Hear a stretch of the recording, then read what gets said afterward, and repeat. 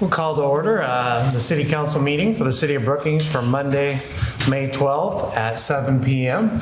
Please stand for the pledge. I pledge allegiance to the flag of the United States of America and to the republic for which it stands, one nation, under God, indivisible, with liberty and justice for all. A roll call. Councillor Mulder. Here. Councillor Freda. Here. Councillor Martin. Here. Councillor Fulton. Here. Mayor Hodges. Here. We have a quorum. Thank you. Moving on to item D, ceremonies, appointments, and announcements. We have the Safe Boating Week proclamation with the U.S. Coast Guard. Hello.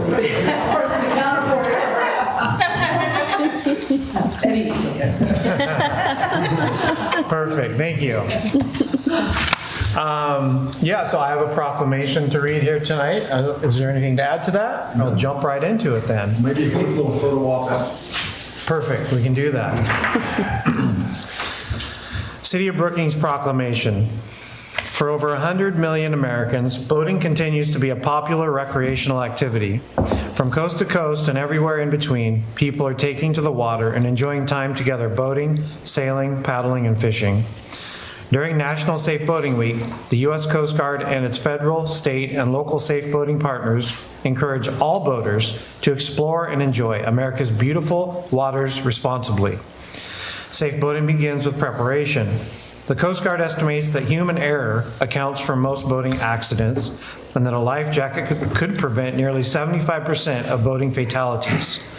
Through basic boating safety procedures, carrying life-saving emergency distress and communications equipment, wearing life jackets, attending safe boating courses, participating in free boat safety checks, and staying sober when navigating, we can help ensure boaters on America's coastal, inland, and offshore waters stay safe throughout the season.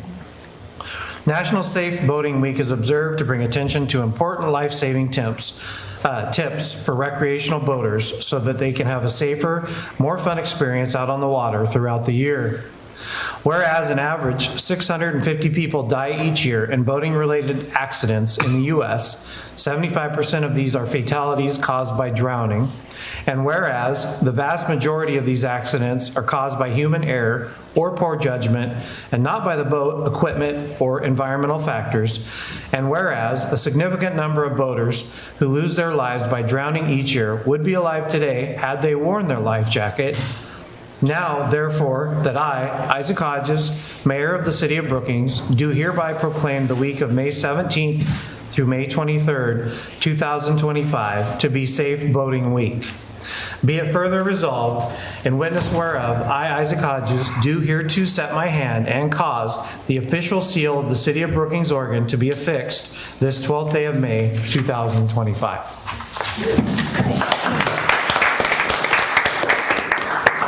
Thank you, Mayor. I probably shouldn't go up that way. If you'd like to speak, yeah, right there at the mic. You couldn't have said it any more eloquently. On behalf of the entire Coast Guard, both the active duty, reservists, and the auxiliaries, we want to thank the entire City of Brookings for continuing to promote safe boating, not just for our own local residents, but for all the tourists that flow through here. And, that is our mission as the auxiliaries, is safe boating, whether it's recreation, boating safety classes. I'll put a little plug. We just had one May 3rd, next to September 6th, right down here at the station. You'll see flyers. We're putting radio stations, Legends Fest. We're trying to get every avenue we can, so anything we can do to help promote that, along with our vessel exams, now starting both in Gold Beach and in Brookings. I want to thank you for that. If I may, to help promote our platforms and our mission, if I can get a picture with you, in a photo. Do you mind? Of course. Copyright protection on these. We'll do it by the flag, okay? You have autographs.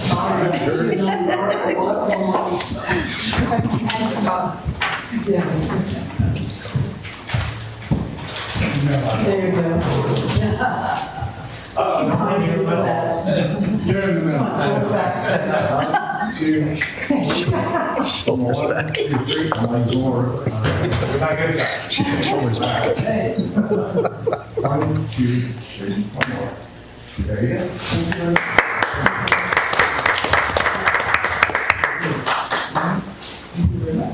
Thank you for your time.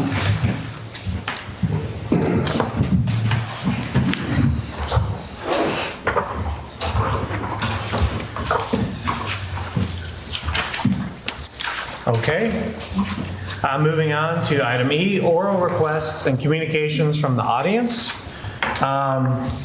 These are our public comment forms if you wanted to speak. So I have 1, 2, 3, it appears, or maybe 2. Okay, it's folded over. So 2 up here.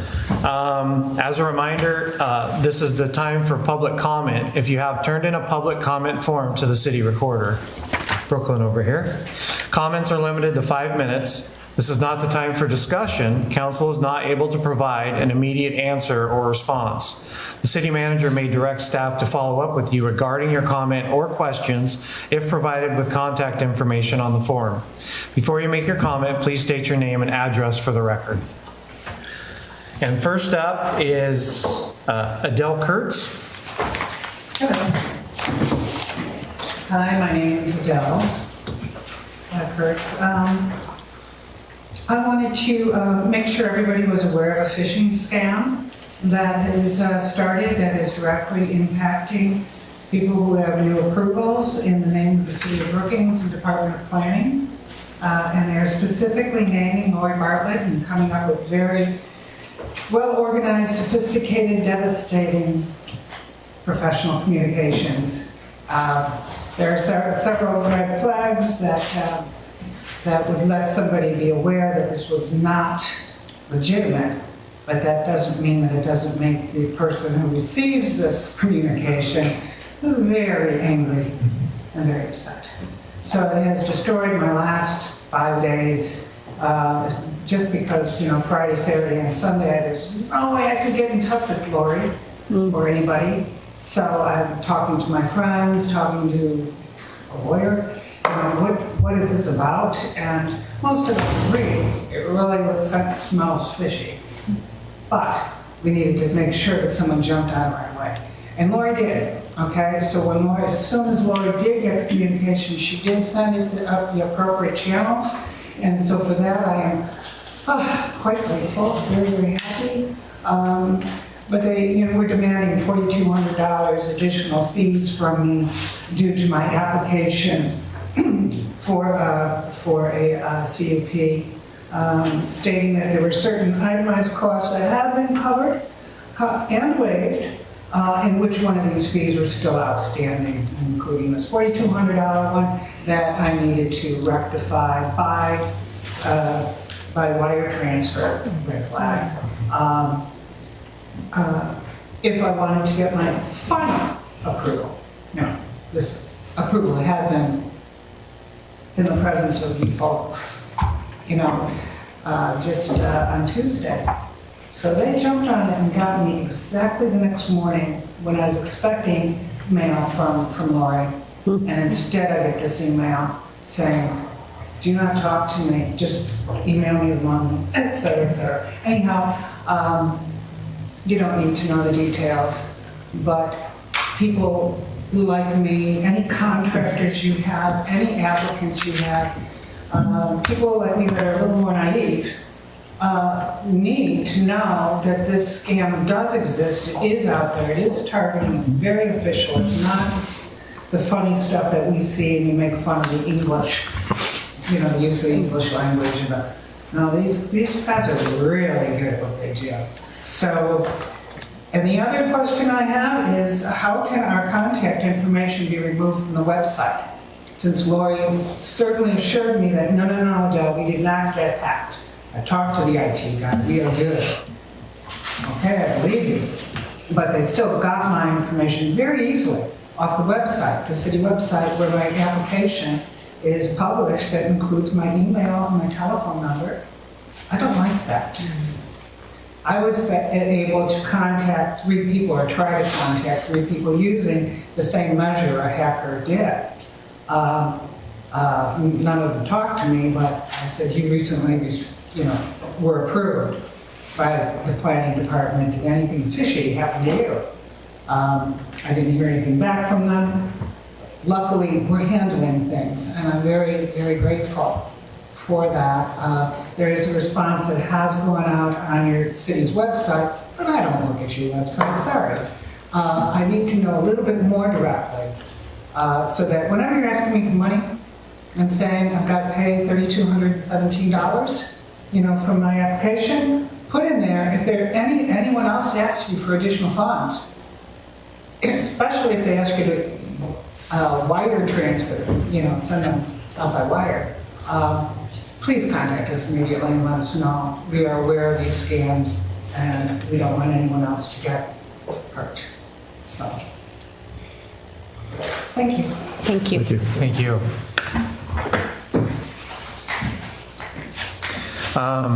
And then next up, Larry Olexi, is that correct? Yes. Come on up. What's your name and your address, and you have 5 minutes. Okay. My name's Larry Alexi, 311 Alder Street, also PO Box 545. I lived here 7 years. These are all safety issues that can be addressed later, as you brought up. I recently talked to the city police. Why? People are parking on the street. We have a homeless problem in town, right across from Barron's, on the library. They're parking from one end to the other, and by law, they can only be there 3 days. Now, some people are from out of town, they don't know. There's no signs there. They did that in Botanical, they put up signs. But the police now are going by and marking, I heard, and they give them 3 days. But like I said, some are from out of town, they don't know. But they got 3 days with a couple signs that would help. And that's the first notice they already know. So that is one. They are also staying days and weeks not on Bridge Street. I used to go there and enjoy the view. What's down there? Tidewater. Well, they're down there. I've seen trucks full of gravel, full of dirt and tidewater going down. It's a safety issue. They can't be down there, and they're sleeping down there and not moving for weeks. So that's the other one. The other one is Botanical Gardens. When you go to Botanical Gardens, you can turn left to go to the church. You can go down South Bank. There's a yield sign. You don't notice it. There was a crash there. I walked there. You don't notice the sign, and there's no crosswalk. People come flying up from South Bank while you're trying to turn, and you don't see that sign.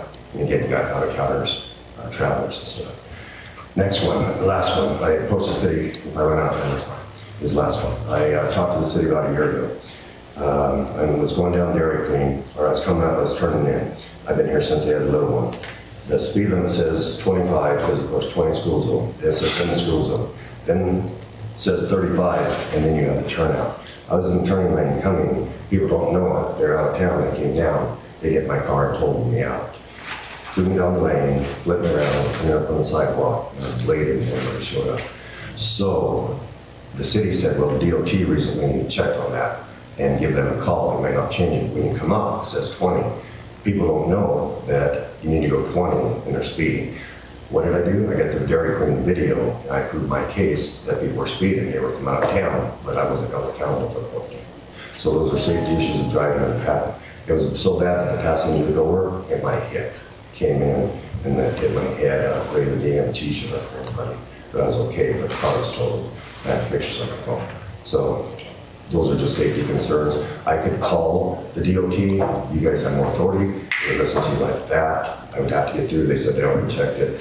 Give them a try. No, I think it should be changed because Dairy Queen now has a longer turnout. And that speed limit is 35. Boom, then you turn in. I think it should be 25 going down until you at least pass that turnout.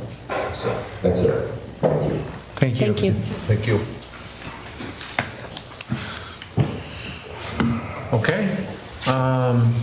Moving on to item F, consent calendar, to approve council minutes for April 28th, 2025, accept planning commission minutes for April 1st, 2025, liquor license for Bromart, and to cancel the May 26th, 2025 city council meeting.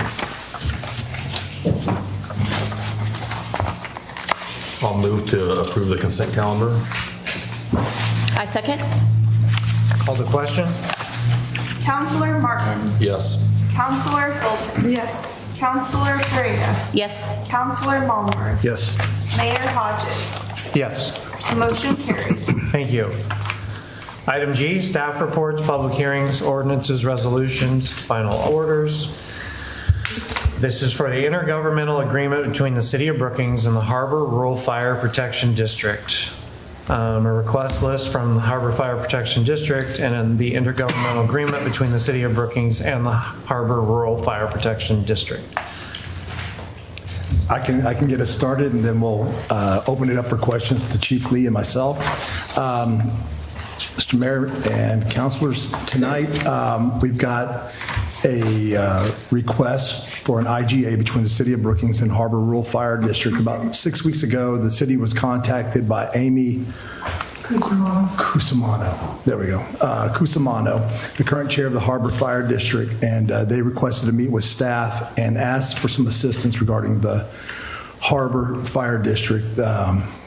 And I won't go into all the details, but they have some issues there, and they're somewhat fractured, and they need some assistance in putting all the pieces back together, and asked us for help. And as I stated in my report, one of the reasons why I think it's crucial, there's two big reasons. One is safety. The Harbor Fire District responds to all the fire calls here in Brookings, and it's in our best interest to have the best most qualified trained volunteers from the harbor coming across the bridge and assisting our guys when they're doing some stuff that could be seriously life-threatening. Second of all, our ISO ratings are deemed somewhat by the Harbor Fire District as well, because they do respond to our calls too. And as I stated in the report here, the ISO is what determines what our insurance rates are going to be here. Right now we're at ISO 1.3, and for a city of this size, that's pretty remarkable. That's a really good score in ISO, and we want to keep it that way and keep our ratepayers' rates going down. So, but I have met myself and staff, and along with Chief McCrae and Chief Lee, have met numerous times to go over this, and kind of what we didn't want to do is have something that was just going to be going on forever. So we kind of decided to put a deadline of 6 months on the contract with the option of a 3-month extension if needed. But at this time, I have Chief Lee here today, and he's to answer any questions in regards to the agreement itself. Thank you. Any questions, comments, discussion? How many hours a week or month of working staff time do you anticipate being involved with this? To start off with, we're looking at between 5 and 10 a week, just because it's going to take some time to get their training files in order or even built. So I can get their accreditation back through DPSST. It's been lapsed for 3 years. And that's going to be one of the hardest things to do out there, because getting an accreditation back is not easy. So, but then after that, and I can get DPSST to come in and audit their training files, then it's going to be very minimal. We're thinking maybe 5 or less a week. And then I'm just curious, how many volunteer firefighters are there in Harbor that are actively participating in the department? I don't have an exact number for that. Amy, do you? I do. I think we just moved up to 17 without training. No new ones. Most of those are new people. Okay.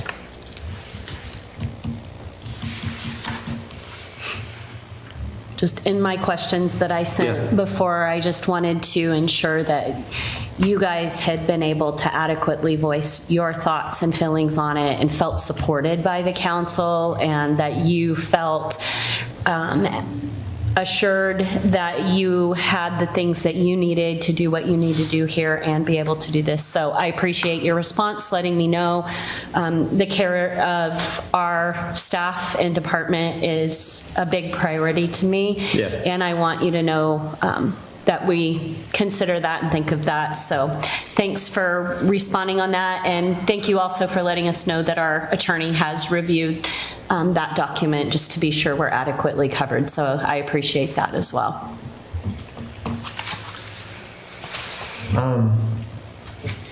I appreciate the 6 months time frame. I thought that was good, and I really, believe we need, Brookings and Harbor, we need to help each other out. We need to continue a great relationship or continue to strengthen it.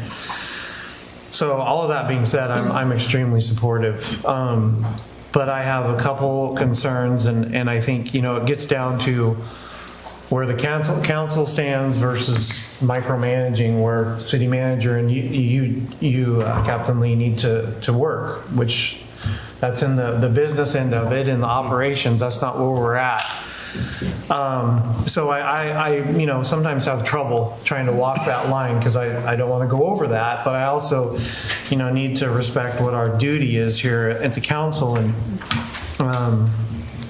so two things that I have concern about. The first one is, I don't know what a significant fracture means and what's happened there, and why we've had some difficult times out there, and things happen. I mean, I get that, I really do. But we don't need to put you at risk or the city of Brookings at risk if there are things that are happening in the undercurrent more culturally that would bleed over into the city. I'm not saying that that's there, but if there are accusations and things going on, and then you get put in the middle of some of that, all of a sudden the city's brought into that, because there is a reason that there significant fractures occur. And so I really, and again, going back to weighing where I need to walk as a council member versus the city manager, I'm actually leaning more towards you, and saying, Tim, or that you've really got to be involved in making sure that we don't put Jeff in a bad spot. Sure. With something going on in the culture over there. And I am not making an accusation at all. I'm just saying, in case. Yeah. We have to be really sensitive to that. And then the other part, which is less behavioral but more operational, is their equipment. I don't know anything about it. It might be all brand new and great, might not. But if we are using it, as captain and overseeing it, what is our responsibility? And I looked in, if something didn't work, we hook it up to something and it fails, and we realize it hasn't been properly tested, or I don't know, I'm making stuff up here. But at the end of that, it goes back to risk. Where's the risk there? And I just, for the city of Brookings, and truly for Captain Watson and Chief Lee, or I get backwards, sorry. You got it. Whatever, You're okay. fine. And city manager, where that's at, and it's just weighing that risk out. And so I don't have an answer. All I'm saying is that you guys, I'm hoping in your presentation have weighed all of that, and you're still supporting it. Then I support you, but I just want to double check that that's all been weighed out, and that City Manager Rundell also have the time to make sure we don't put anyone in hot water. Sure. And those are great questions. And between myself and Chief Lee and Lieutenant Dotson, as well as Chief Lee and Captain Watson, we expressed those same sentiments as far as stepping into anything that may be a little drama that's going on over there. And Chief Lee has assured me that is, and from what I've been told also, that part is kind of subsided quite a bit over there, and his goal and function is training, operational policies, and not to step into any of that. Stay away from any drama that may be brought forward. And to also answer your question about as far as the liability side of this, I did have, that's one of the questions I had too. And our city attorney, Lori Cooper, reviewed it. And, we have the legalese and the hold harmless agreement is a section of this as well. Yeah. So I do feel like we've done our due diligence with that. But you're right, getting to this point is the easy part. After the signature, if it's passed by this council, is going to be where the rubber meets the road and the work gets done. And but between myself and Chief McCray and Chief Lee, I think we definitely we're going to stay on top of it. It's not going to be anything that we're just going to shelf and hope that everything goes accordingly. So, but I do plan on having reports and maybe even some reports for the council with some of my 5 for Fridays, kind of keeping you up to date. That's where that is too. Now, when it comes to some of the equipment, Chief Lee can probably attest a little bit more as far as what they currently have available. And I don't know if your question was specifics or just in general, if we just, something happens to a piece of equipment. Yeah, to clarify, I didn't mean to have you attest all the equipment tonight. I was just saying, I was just trying to measure the risk. If there was equipment that just wasn't up to par and we didn't realize it or something, and, go to a structure fire and, turn around and get a lawsuit because it wasn't operating right, and we end up having the risk of that because Brookings was overseeing the fire department. And I read through the contract, and I do feel like there's addresses some of that, but I'm also not a lawyer, admittedly, and obviously I'm sure. So anyone you can be sued no matter how great the contract is anyways.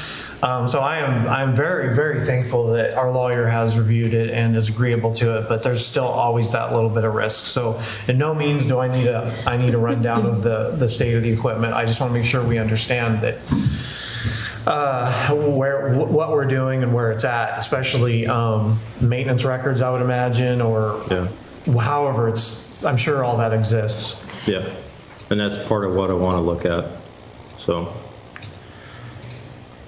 I think, Brookings, the city of Brookings has a fire department that's a model for other cities of how to, and special districts, how to run and operate a fire department. We have a extremely professional, well-trained department. We see them every Monday when we come to our meetings out there practicing. And I'm glad that we're going to be able to help our neighbors.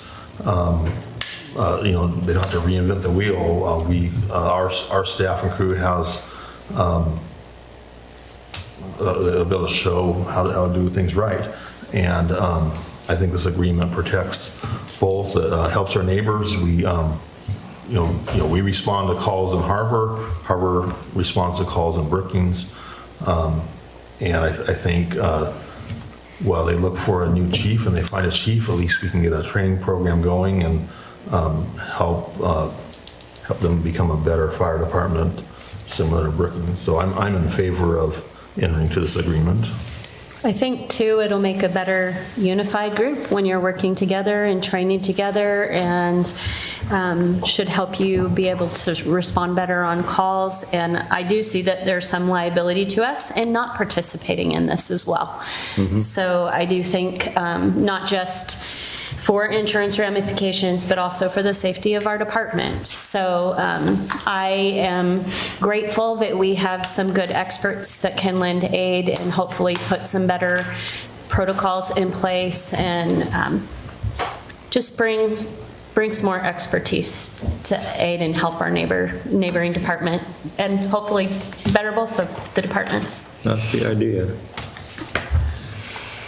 Yeah, I really appreciate Chief for stepping up and offering to help out Harbor Fire District and fully support that. And it certainly says something about his character. It says a lot about our community being able to step up and help each other out when we need to. And I fully support it, but also agree with what the mayor said about the goal here is that this be a short term, try our best to limit that to 6 months, and so that we're not taking away from some of the resources that we need here in the city. But hopefully we can get things squared away as soon as possible over there at Harbor. get back to operating the way they should.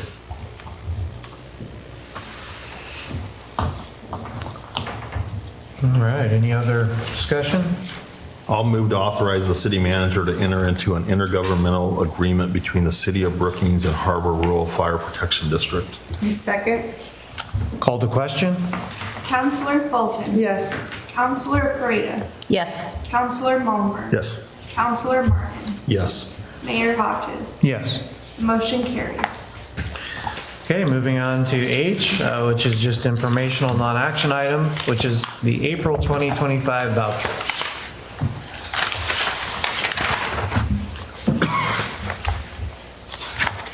And if there's no discussion on that, we can move into remarks from the mayor, councilors, and city manager.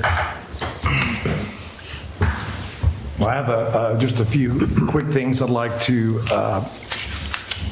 mention. As I mentioned to the council last Friday, it's very exciting for us. The city of Brookings was awarded a $100,000 housing infrastructure grant to support future housing and planning here in Brookings.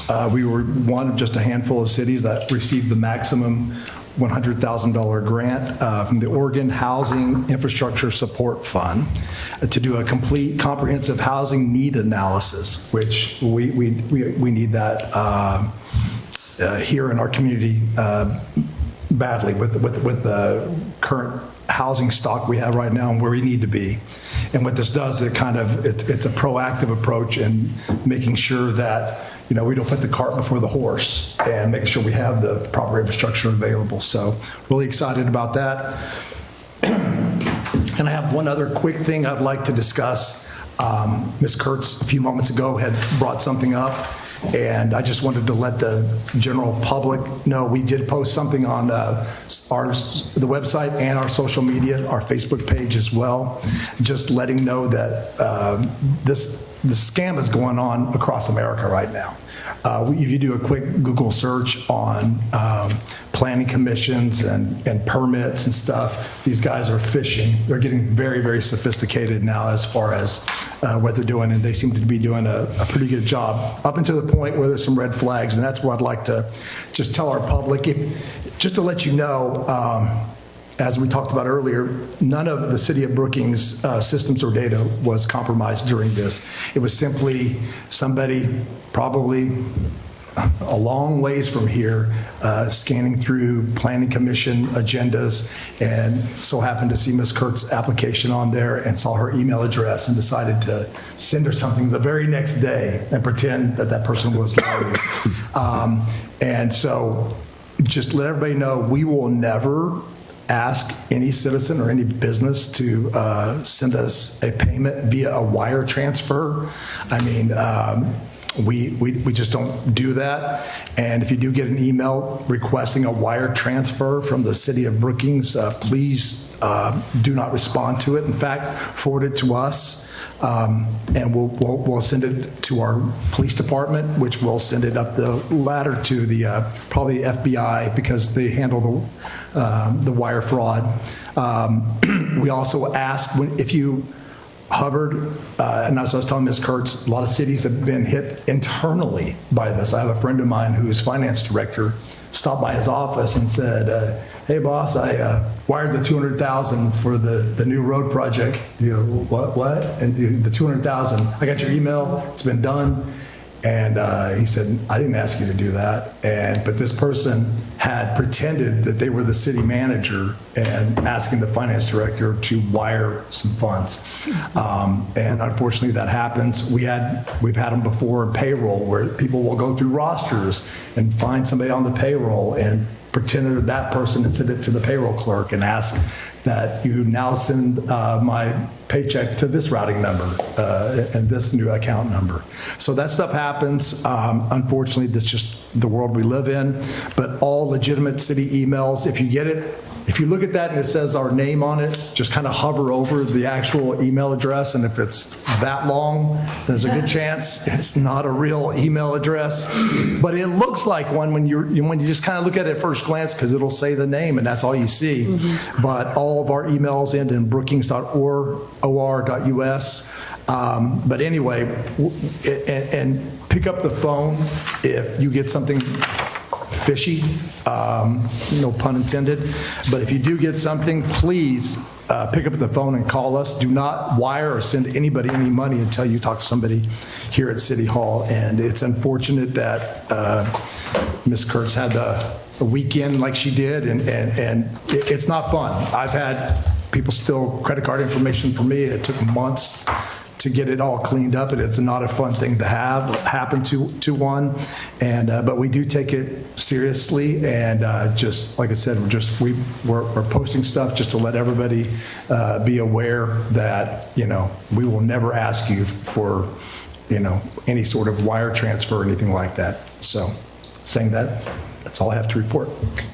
I did wonder, to her point, if we could, on our commission documents, can we redact That's something that the we... emails, any private information? Yeah. Can we redact that? I'm going to talk to Lori, our city attorney, just to make sure we're okay. Okay. But from moving on, I think it's probably a good idea, because the way these guys move and operate, especially with email addresses, that's the one. Because if you've ever received one, it's awful fishy, because they'll say, now don't call me, I'm busy, just email me and then wire me the money. It's because they don't want you to. Yeah, I have, and in the same work realm, where it looks like it's coming from a supervisor. Yep. So I've had that experience myself, and if you look at those email addresses, it's very clear it's not who it says it's from, but they're getting trickier and trickier all the time. And maybe we can put some kind of a disclosure in our documents that if you receive an email and they're requesting a wire transfer, so that disclosure is anything that we would provide to the public when they're making their application.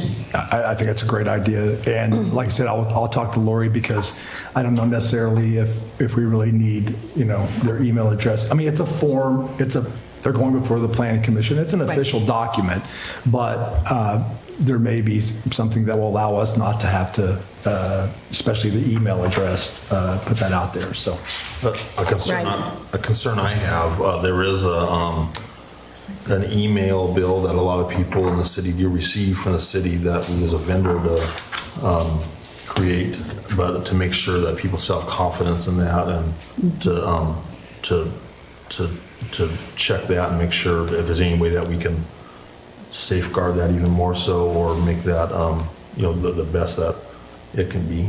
Sure. You probably know what I'm talking about.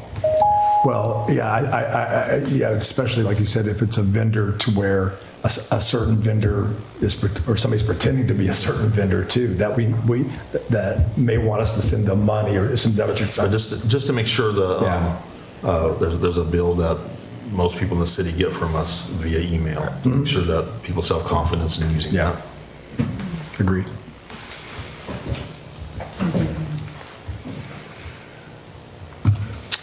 I just wanted to thank the representatives from the United States Coast Guard for coming out today, and I'm glad that we had the Safe Boating Week. And it was just a reminder to me of how great, how lucky we are to have them as a resource in our community. It's not every port in Oregon that has a Coast Guard station there, and they're really a great resource to people who enjoy fishing like myself and getting out on the water. Things happen, and when they do, boy, you're glad that they're there. So anyway, just wanted to thank you for coming out and show my appreciation.